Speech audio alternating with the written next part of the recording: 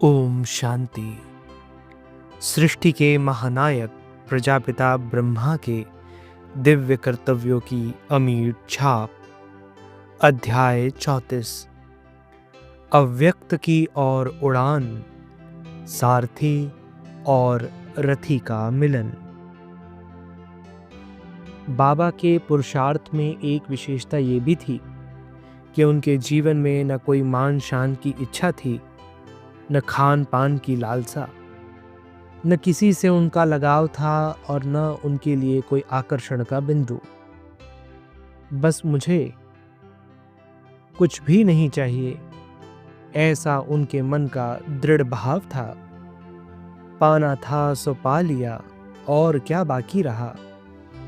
ये स्वरालाप उनके मन की वीणा का सतत निरंतर अंदर ही अंदर होता रहता था। उनकी श्वासों के स्वर इसी स्वर में समाये हुए थे। पैसे को तो वे हाथ में लेते ही नहीं थे। कोई महल माड़ी, कोई विमान या गाड़ी या किसी शान शौकत का स्पर्श भी उन्हें नहीं रहा था। सादगी की वे चैतन्य प्रतिमूर्ति थे। अतः पृथ्वी के आकर्षण तो मिट ही चुके थे। वे इस भूमंडल पर एक फरिश्ते तो पहले ही से भासित होते थे, क्योंकि पृथ्वी पर होते हुए भी उनके पांव पृथ्वी पर नहीं थे। बस अब घर चलना है, अब घर चलना है, यही नाद उनके मन रूपी तंबूरे पर बजता रहता था। इस दुनिया से तो उन्होंने जीवन रूपी जहाज का लंगर उठा ही लिया था।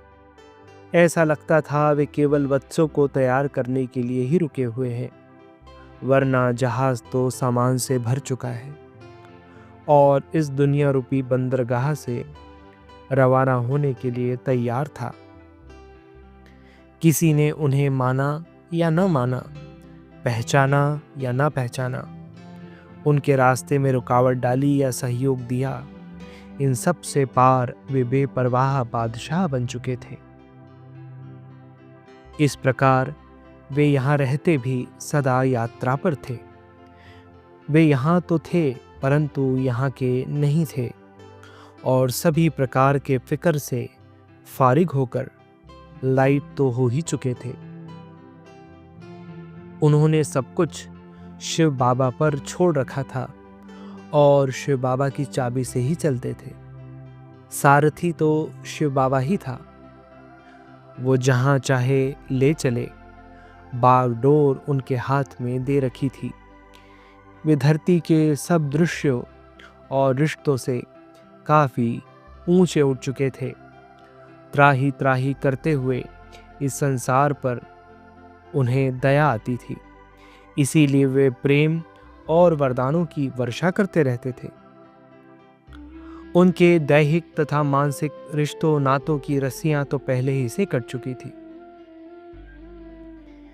अतः जब रिश्ते पहले से ही नहीं रहे थे और धरती के आकर्षण भी पहले ही मिट चुके थे, तब फरिश्ता होकर उड़ने में क्या गुंजाइश होगी। जैसे उड़ने वाला गुब्बारा कच्चे धागे से बंधे हुए होने पर बच्चों के मन को बहलाता है और फिर हवा का झोंका आता है और वो उस धागे को भी तोड़कर टाटा करते उड़ जाता है।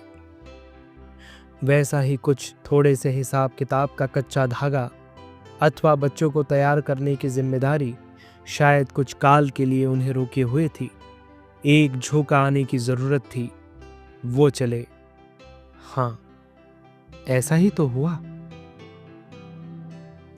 एक बात जो उनके मन में अमीर छाप की तरह अंकित थी, वो ये थी कि सब कुछ वे बाबा का ही समझते थे। मालिक होते हुए भी वे बालक ही थे। उन्होंने कभी भी अपना तो कुछ समझा ही नहीं। तो जब उनका ये तन पहले ही से उनका नहीं रहा था, तब तो केवल आया परवाना और हुआ रवाना वाली बात रह गई थी। शरीर के साथ संबंध तो उन्होंने पहले से ही नाम मात्र कर दिया हुआ था। अब तो केवल शिव बाबा की तरफ से ये इशारा होने की जरूरत थी कि अब चले आओ, वरना हम तो सफर पर तैयार बैठे हैं, अथवा खुश रहो अहले वतन, हम तो सफर कर चले। यही उनकी स्थिति थी। वे अन्य सबको भी कहा करते कि बच्चे एवर रेडी रहो। वे शिव बाबा को तो बाबा कहते ही थे, अपने लिए भी मैं शब्द की बजाय बाबा शब्द का प्रयोग किया करते थे। उन्हें भी तो सभी बाबा कहकर ही संबोधित करते थे ना। अतः वह बाबा अर्थात शिव बाबा, यह अर्थात ब्रह्मा बाबा, तब निरंतर याद में रहने से अब अंतर ही कितना रह गया था। कभी वो बाबा, कभी ये बाबा और कभी दोनों बाबा। इस प्रकार बाबा बाबा कहते कहते एक दिन ऐसा आया कि दोनों बाबा ने इकट्ठा रहने की ठान ली। ब्रह्मा बाबा के मन में ये भाव रहा होगा कि यद्यपि मन तो दोनों के मिले हुए हैं, परंतु खुदा और खुदा दोस्त की ये दूरी और ये जुदाई कब तक। ब्रह्मा बाबा ने शिव बाबा को कह दिया होगा कि बाबा बस अब मैं आ रहा हूँ। और भोले शिव बाबा तो कभी उनकी बात टालते ही नहीं थे। अतः शिव बाबा ने भी कह दिया होगा कि अच्छा तो फिर चले आओ। फासला तो पहले भी नहीं था, लेकिन अगर कुछ रहा भी होगा तो वो भी ना रहा। बाबा वैसे भी कहा करते थे, ये रथ तो नंदीगण है, ये शिव बाबा का रथ है। कहने का भाव ये कि शिव बाबा तो पहले से ही उस रथ पर सवार रहते ही थे। उनके आते रहने से न केवल दोनों का संबंध अत्यंत घनिष्ठतामय हो गया था, बल्कि इकट्ठा रहने का उन्हें ऐसा अभ्यास हो गया था कि आखिर वो दिन आ गया जब ब्रह्मा बाबा ने अपना रहन बसेरा अव्यक्त लोक में ही बना लिया।